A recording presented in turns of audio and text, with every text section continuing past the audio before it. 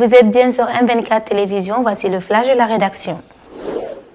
Au Mali, fin des activités de la Journée internationale de lutte contre la drogue. Ce mardi 28 juin, l'Office central des stupéfiants a organisé une marche qui est partie du monument de l'obélisque de l'ACI 2000 et s'est terminée au ministère de la Sécurité et de la Protection civile. Sur place, les marcheurs ont lu un mémorandum qu'ils ont par la suite donné au ministre de la Sécurité et de la Protection civile. En Algérie, les autorités algériennes ont annoncé lundi 27 juin la mort de 3 islamistes identifiés comme étant membres du groupe armé impliqué dans la décapitation en 2014 du touriste français Hervé Gourdel.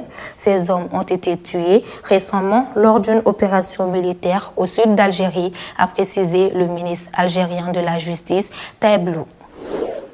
Antoinette Sassou Nguesso, épouse du président du Congo-Brazzaville, était convoquée ce lundi 27 juin par des avocats américains. La première dame congolaise a été appelée à donner toute une série d'informations sur les avoirs de sa famille et du pays. Elle ne s'y est pas rendue.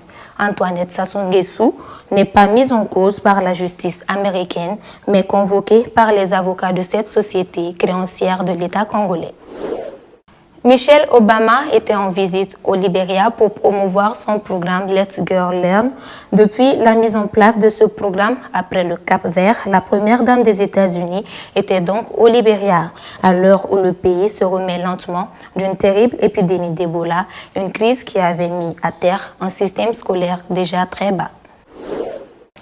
En Syrie, Bachar al-Assad se trouvait sur terrain ce dimanche dans les environs de Damas, dans le secteur de la Ghouta orientale.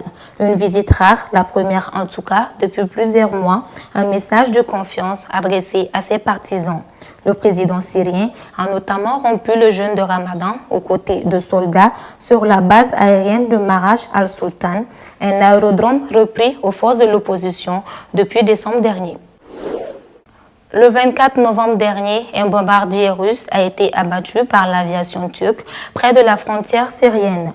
Le pilote a été tué.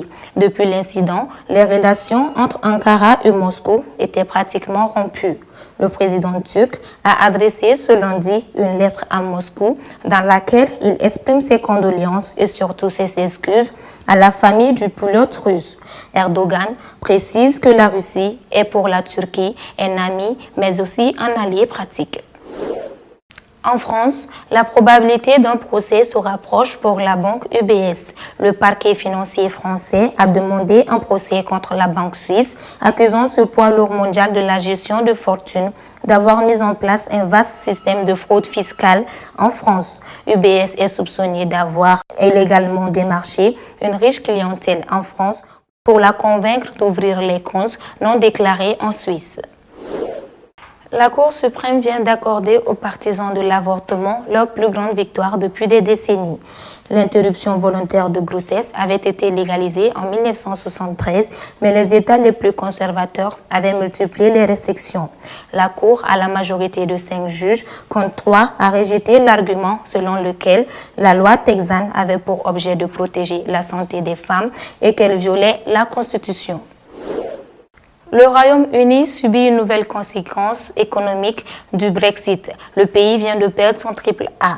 C'est désormais d'un double A que dispose l'Angleterre. L'agence évoque une perspective négative, autrement dit une nouvelle dégradation de la note à l'avenir qui ne serait pas à exclure.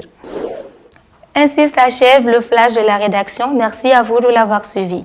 Vous pouvez continuer de nous suivre sur m24tv.net ou sur la page Facebook de M24 Télévision. À très bientôt pour d'autres informations en notre compagnie.